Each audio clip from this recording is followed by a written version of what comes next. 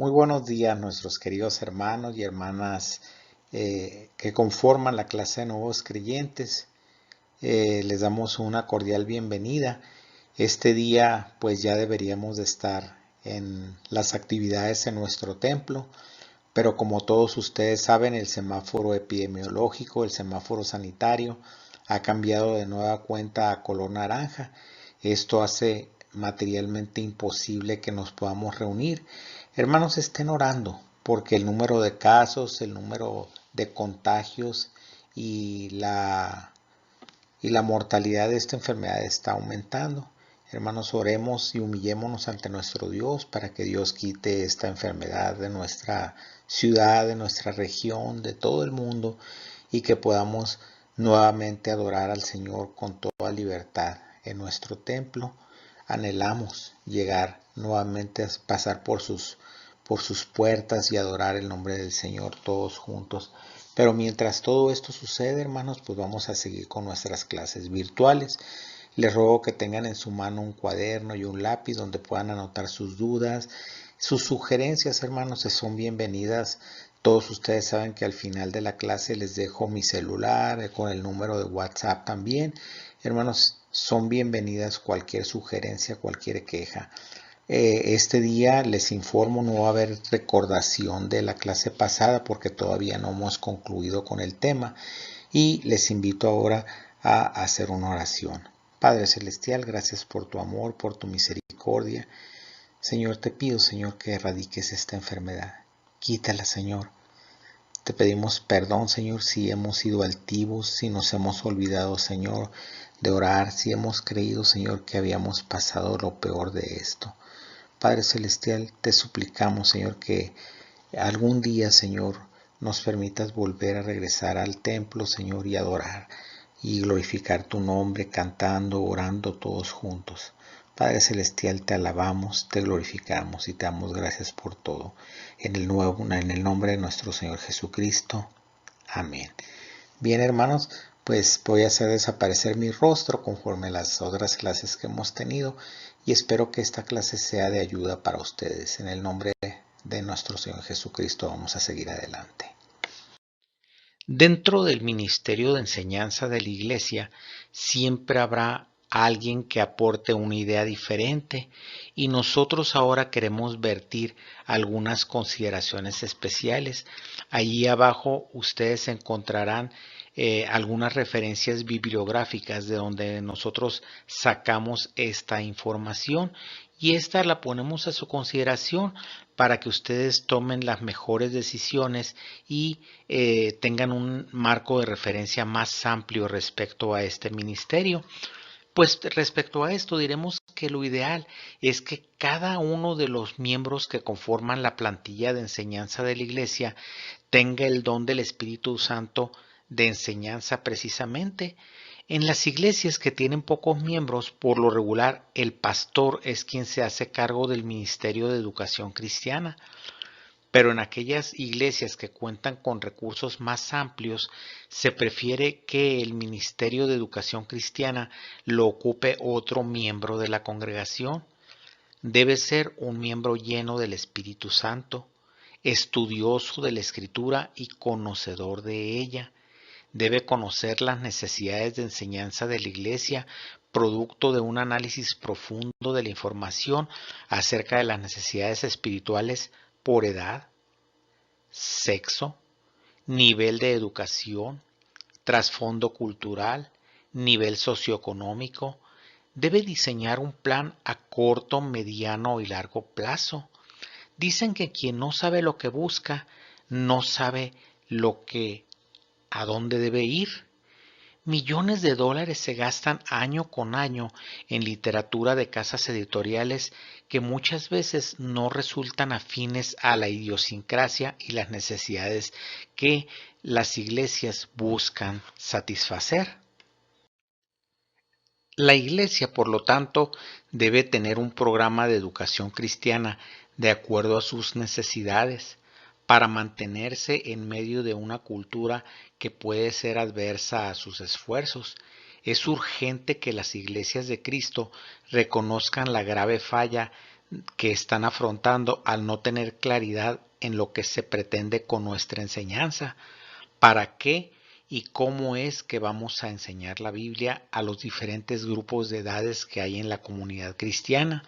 Si nuestras iglesias no crecen, ni los discípulos muestran el testimonio de honestidad y conocimiento bíblico en sus vidas, probablemente se está enseñando de una manera no correcta la palabra de Dios. Si no pasa nada como resultado de la enseñanza cristiana, entonces debemos de plantearnos la idea de que quizás algo no estamos haciendo bien y reconsiderar y volver a empezar. Acuérdémonos que Jesucristo dijo que había venido para que todos los seres humanos tengan vida y para que la tengan en abundancia, dice Juan 10:10, y no para vivir en la mediocridad y en el fracaso espiritual constante. Ahora, respecto del método de enseñanza cristiana, ningún ejemplo de maestro es mejor que el Señor Jesucristo. En la enseñanza de la Biblia necesitamos olvidarnos de los métodos y concentrarnos sobre todo en el contenido. Jesús utilizó una variedad increíble de métodos en su propia enseñanza, pero siempre se concentró en el contenido de esta. Comunicó aquel contenido de diferentes maneras. ¿Recuerdan ustedes cuando él se humilló y tomó una toalla y un lebrillo y lavó los pies de sus discípulos? Y al final exclamó: ejemplo os he dado para enseñar la humildad. O cuando tomó la moneda y les enseñó la imagen que estaba inscrita en ella para enseñarles respecto a la honestidad para con el gobierno y con Dios. Fue también el Señor Jesús un maestro de la narrativa del Antiguo Testamento. Debemos decir que ningún método es superior a otro. El Señor es el que da, el Espíritu Santo es el que guía a cada iglesia a tomar el método que es el adecuado para sus programas de enseñanza. Si es por células, si es por departamentos, si es por instituto bíblico, hermanos, se debe enfatizar siempre en el contenido de la enseñanza. Muchos de los programas de discipulados no están diseñados para equipar a la gente a ir a la palabra de Dios, buscar la dirección del Espíritu Santo, encontrar la esencia de la enseñanza de Jesús y entonces aplicarla de manera práctica a la vida diaria de ellas. Por eso no es raro encontrar creyentes que vivan como personas no redimidas. Ellos tienen cierta forma de piedad, pero sus vidas niegan el verdadero poder del Evangelio. Para que un discípulo sea sal y luz a su comunidad, debe llegar a ser uno que obedece. Oigamos esto nuevamente, uno que obedece las enseñanzas de la palabra de Dios día a día. El examen diario de un buen ministro de enseñanza es, sin sesgo y sin componenda, ¿cuánto están cambiando las enseñanzas de Cristo las vidas de los creyentes miembros de esta iglesia, incluyendo la suya propia? Llegamos ahora al ministerio de capacitación o catartismo. Dice la palabra santa, a fin de perfeccionar a los santos para la obra del ministerio, para la edificación del cuerpo de Cristo. Efesios 4:12. Un ministro de Dios es aquel que ha sido llamado por el Espíritu Santo a dedicar todo su tiempo, todo su esfuerzo, todos sus talentos, toda su energía, en fin, toda su vida a la predicación y enseñanza de la palabra de Dios, al cuidado de las almas y a la administración de los intereses de las congregaciones cristianas. Es una verdad a medias. Déjeme decirle, es una verdad a medias y mal entendida, pues la Biblia enseña que cada creyente es un ministro dotado de dones del Espíritu Santo. ¿Cuál es nuestra espiritualidad en relación con los dones del Espíritu Santo, se nos ha llamado a 3 propósitos que veremos en la próxima imagen. Primer propósito, debemos descubrir cuál don o cuáles dones nos ha concedido Dios. Es necesario saber qué servicio demanda Dios de cada uno y cuál es la herramienta que Él ha provisto. Muchos cristianos viven divagando porque no encuentran su lugar en la iglesia, mientras que ésta sufre porque sus miembros no saben todavía si son mano o son pie dentro del cuerpo de Cristo. Propósito número 2. Debemos dedicar nuestro don al servicio de Dios. Es necesario recordar que la obra del Espíritu Santo es tomar las cosas de Cristo y dárnoslas a conocer. Esto lo podemos ver en Juan 16:15. Entonces los dones espirituales son de Cristo por medio del Espíritu Santo. Esto significa que debemos ofrecerlos a Cristo en sacrificio para su honra y gloria. Coloquemos ese don en las manos del Señor en una humilde adoración para que Él lo use como le plazca. Propósito número 3. Debemos desarrollar nuestro don dentro de la obra de Dios. No debemos descuidar el don espiritual que está en nosotros. El desarrollo de los dones debe ser tanto individual como corporativo, es decir, en nosotros y en la iglesia. La iglesia debe proporcionar oportunidades donde los dones espirituales encuentren una plena expresión y por su parte cada creyente debe pedirle al Señor que le dé la oportunidad de servirle de acuerdo a su don. Y no solo eso, sino estar alertas para aceptar con gozo y gratitud toda ocasión que se brinde en oportunidad para servir a nuestro Señor. La palabra catartismos proviene del verbo catartizo, que significa completar totalmente, hacer apto, constituir, perfeccionar, capacitar, etc. Para lograr esto, la iglesia debe esforzarse para que todos sus obreros estén plenamente preparados. En el adiestramiento, la experiencia nos ha enseñado que la mejor manera de capacitar a alguien en un ministerio es a través de la asignación de un mentor, es decir, un hermano que ya haya servido previamente en ese ministerio y conoce los pormenores. Tristemente, los voluntarios que vienen con un corazón bien dispuestos, bien alegres, pero muchas veces tienen muy poco entrenamiento.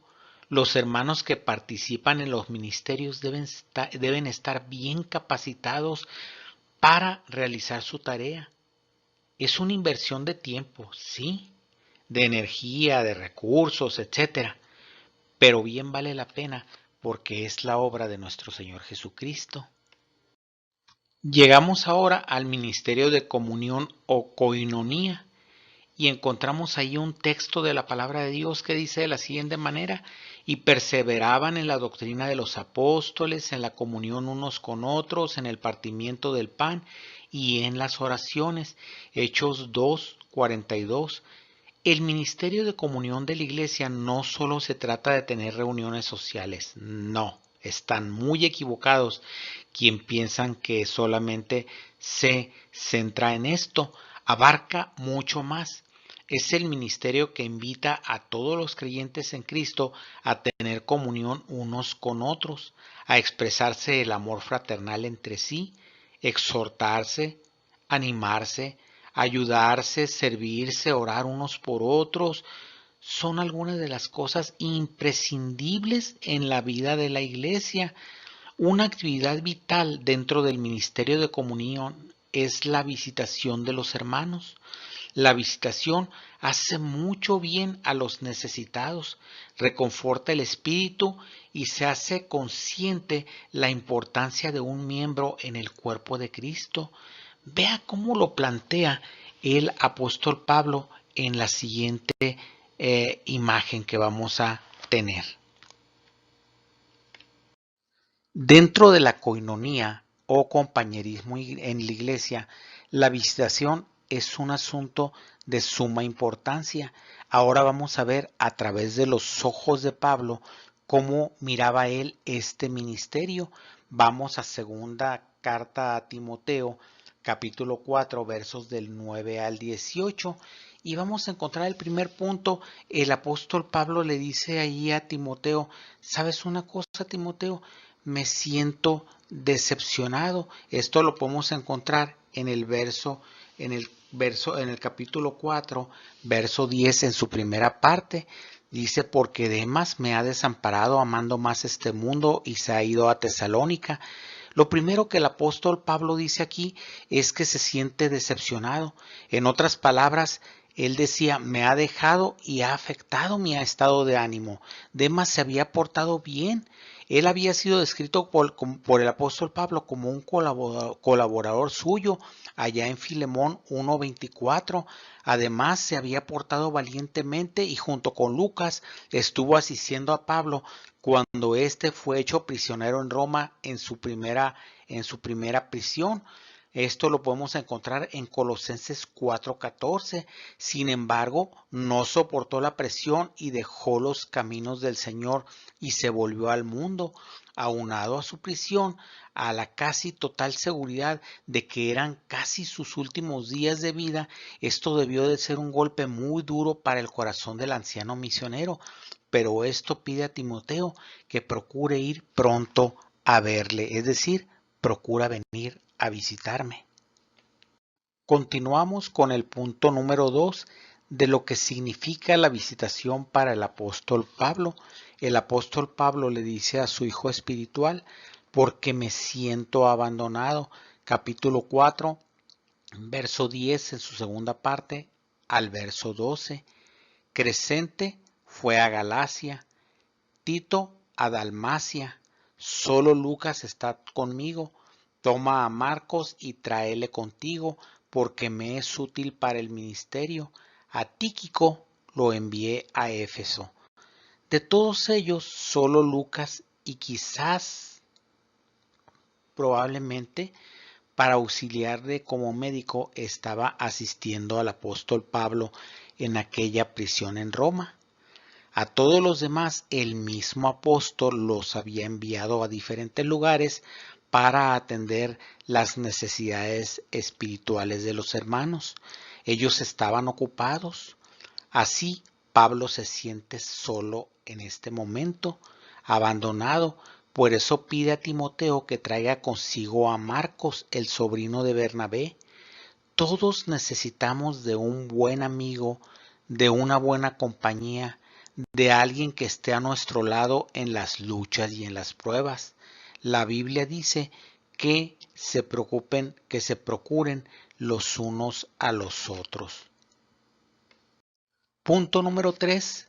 Porque me siento necesitado. Capítulo 4, verso 13. Trae cuando vengas el capote que dejé en Troas, en casa de Carpo, y los libros, mayormente los pergaminos. El apóstol menciona enseguida 3 cosas que él necesitaba, pero que a la vez nos hablan de otro tipo de necesidades más profundas aún. El capote, porque necesitaba abrigo corporal. Los libros, porque necesitaba auxilio moral. Y los pergaminos, porque necesitaba alimento espiritual. En las iglesias hay mucha gente necesitada física, material, moral y espiritualmente. Podemos mencionar 5 objetivos en la visitación. Primer objetivo, evangelizar. Cuando alguien en la familia no es cristiano. Punto número 2, edificar, hacer crecer la fe de los hermanos. Punto número 3, estimación, cuando solo se es para mostrar aprecio y amor fraternal. Punto número 4, exhortación, cuando necesitamos ayudar a alguien a salir de su error. Punto número 5, estimulación, cuando hay alguien enfermo o en crisis, pudiéramos ayudarle llevando ayuda económica, despensas, etcétera, incluso ayudándole en los quehaceres de la casa. Punto número 4 de la visitación según Pablo. Él le escribe a su hijo y le dice, porque me siento agobiado.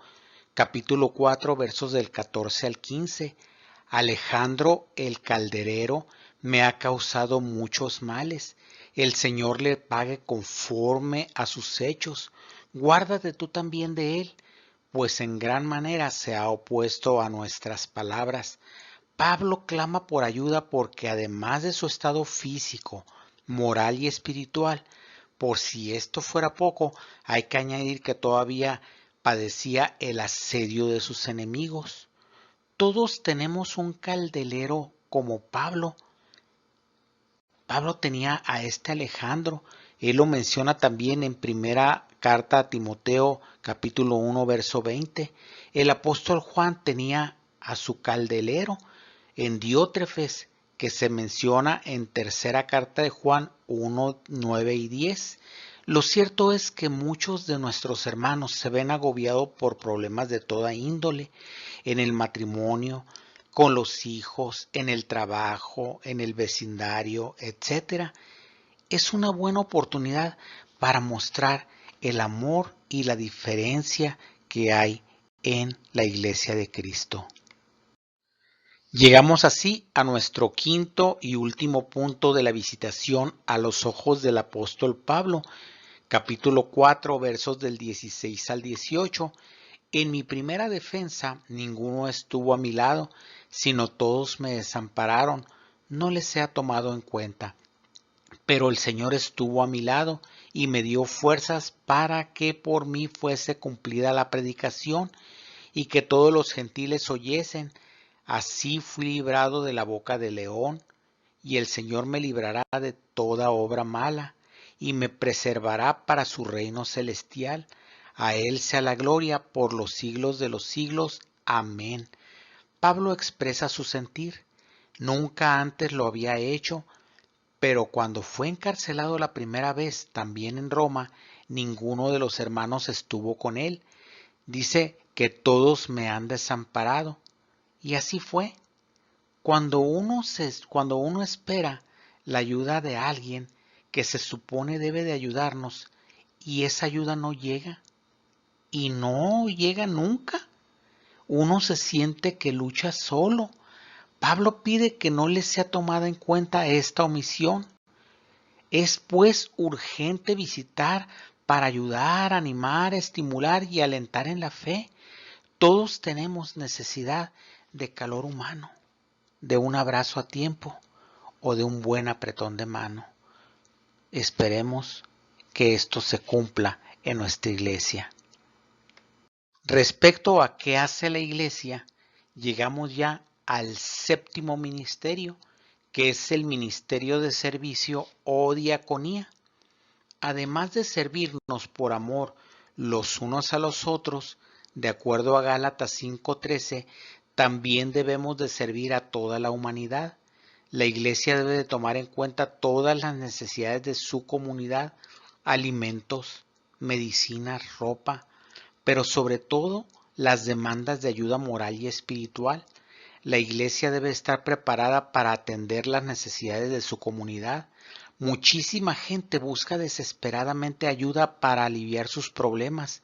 Acuden a religiones falsas, a hechicería, a la santería, a adivinación, pero la triste realidad es que todos ellos mienten. Su trillado formato no aporta ninguna solución.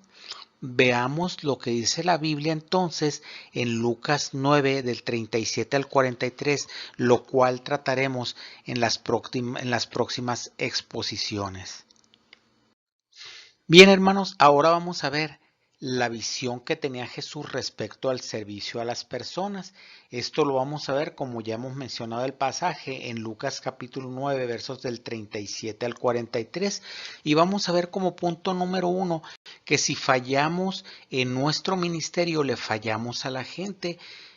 Capítulo 9, versos del 37 al 40. Ahí están anotados todos estos versículos, pero por cuestión de espacio solamente anotamos el que es más trascendente para nuestra enseñanza.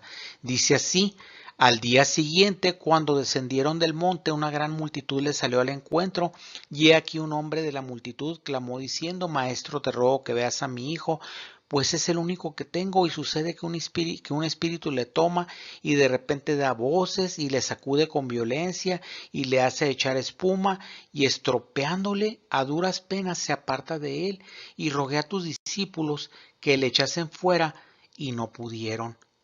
Si como Iglesia de Cristo no cumplimos con nuestro ministerio, las primeras que se verán afectadas son las personas que nos rodean. Aquel padre de familia es el representante de mucha gente necesitada que viene en busca de ayuda. Él acudió a los 9 discípulos de Cristo que se quedaron al pie del monte, ya que Simón, Jacobo y Juan habían subido con Jesús, pero ellos no pudieron auxiliarle en su problema. El Señor aclara que es por falta de fe. Mateo 17 del 19 al 21. Si falla la fe en Cristo, le fallamos a la gente y somos deudores. Un mundo desesperado espera el aporte de la Iglesia de Cristo, pero si ésta nomás no responde, entonces los desamparados seguirán sin una solución a sus problemas. Si se falla, no solo se falla al necesitado, sino a las personas que observan. Dice la Biblia que la iglesia primitiva hacía dos cosas principalmente. Número uno, adoraban a Dios, pero en segundo punto tenían favor para con todo el pueblo. El resultado es un tremendo crecimiento numérico y espiritual, alabando a Dios y teniendo favor con todo el pueblo, y el Señor añadía cada día a la iglesia los que habían de ser salvos. Punto número 2. Si fallamos en nuestro ministerio, le fallamos a Cristo. Capítulo 9, versos 41 al 43. Respondiendo Jesús dijo: Oh generación incrédula y perversa, ¿hasta cuándo he de estar con vosotros y os he de soportar? Trae acá a tu hijo. Y mientras se acercaba el muchacho, el demonio le derribó y le sacudió con violencia. Pero Jesús reprendió al espíritu inmundo y sanó al muchacho y se lo devolvió a su padre, y todos se admiraban de la grandeza de Dios. Algo que considero todavía peor que fallarle a un mundo necesitado es fallarle a nuestro Señor Jesucristo. Cuando el padre de familia informa al Señor que sus discípulos no pudieron echar fuera al demonio, él gime en su espíritu y clama: Oh generación incrédula y perversa, ¿hasta cuándo he de estar con vosotros y os he de soportar? Esto lo encontramos en el capítulo 9, verso 41 del Evangelio de Lucas. Quizás esto lo dijo por el padre de familia, a quien la vacilación de los apóstoles le indujo a dudar aún del mismo Señor Jesucristo, por lo que dice: si puedes hacer algo, ten misericordia de nosotros y ayúdanos. Esto lo encontramos en Marcos 9:22. Tal vez también lo citó a causa de la multitud, cuya incredulidad era manifiesta, pero también es posible que lo mencionara aludiendo a sus propios discípulos. Si es así, entonces eso refleja una falla fundamental en su discipulado, porque ellos, en vez de combatir la incredulidad, estaban siendo presos de ella misma. Nuestra ciudad grita, nuestra ciudad gime por ayuda. ¿Será la primera iglesia bautista de Ciudad Juárez, Solo Cristo Salva, quien responda a ese grito de necesidad? El Señor está preguntando: ¿quién irá? Ahora sí tendremos oportunidad de completar nuestro cuestionario. Acuérdense que este cuestionario está entre las páginas 28 y 29 del cuadernillo de doctrinas cristianas que ustedes tienen en su poder. Y vamos a ver el punto número 3, ministerio de enseñanza. Dice así: comprende la enseñanza en todas las formas de ahí hay un guión, ahí debes decir la palabra doctrina, de nuestro Señor Jesucristo. Tiene como principal propósito Ahí debe decir la palabra edificar. Edificar al creyente para que viva la semejanza de Cristo en carácter y conducta. Carácter y conducta. También para capacitarle a fin que cumpla con su ministerio que el Señor mismo le haya encomendado a través de los dones. Dones es la palabra que va ahí. Espirituales. Punto número 4. El ministerio de comunión fraternal es el que invita a todos los creyentes en Cristo a tener comunión unos con otros. Ahí la palabra que desde ahí donde se me pasó es tener comunión. Ahí está el guión, comunión, debe ir la palabra ahí. Unos con otros, a expresar el amor, amor es la palabra que va ahí, fraternal entre sí, exhortarse, animarse, ayudarse y servirse, y orar. Orar es la palabra que va sobre ese guión. Unos por otros son cosas imprescindibles en la vida de la iglesia. Estas son las respuestas. Las respuestas las pueden ver ustedes ahí en color rojo. Si no las alcanzan a ver ahorita, las pueden repasar una vez que haya concluido la lección. Pueden volver a ella y llenar su cuestionario.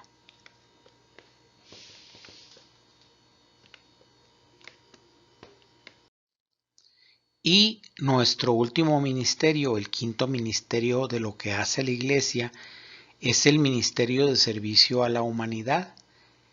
La iglesia debe tomar en cuenta todas las necesidades de su comunidad. Comunidad, alimentos, medicinas, ropa, pero sobre todo las demandas de ayuda moral, es la palabra que va ahí, moral y espiritual. Y espiritual. ¿Sí? ¿Nos quedó muy bien, hermanos? Felicidades. Bien, hermanos, con esto concluimos nuestra clase acerca de los ministerios de la iglesia. Le damos gracias a Dios, hermanos, porque pudimos terminar ya con esta clase acerca de lo que hace la iglesia, que ya dijimos que se divide en ministerios y son 5. Esto ya lo hemos repasado. Ahora, hermanos, les invito a orar y les insto, hermanos, a que continuemos rogando a nuestro Dios para que quite esta pandemia. Padre Celestial, gracias, Señor, por tu palabra, gracias por tu misericordia. Te rogamos, Señor, ahora humildemente, Señor, que quites esta enfermedad de nuestra ciudad, de nuestro estado, de nuestra nación, y Señor, y si quieres de todo el planeta. Padre Celestial, no te estamos rogando, Señor, por cosas buenas que hayamos hecho, por méritos propios, sino, Señor, te estamos rogando por los méritos de nuestro Señor Jesucristo. Señor, te lo suplicamos, Señor. Venimos ante ti, Señor, humildemente pidiendo, Señor, que atiendas a nuestra petición. Te alabamos y te glorificamos y te pongo en tus manos a cada uno de mis hermanos, en el nombre de nuestro Señor Jesucristo. Amén. Hermanos, no olviden que en la siguiente diapositiva van a encontrar mi número de teléfono. Con gusto, hermanos, si hay alguna sugerencia, alguna duda, háganme el favor de hacérmela llegar. Dios les bendiga y nos vemos la próxima semana si Dios lo permite.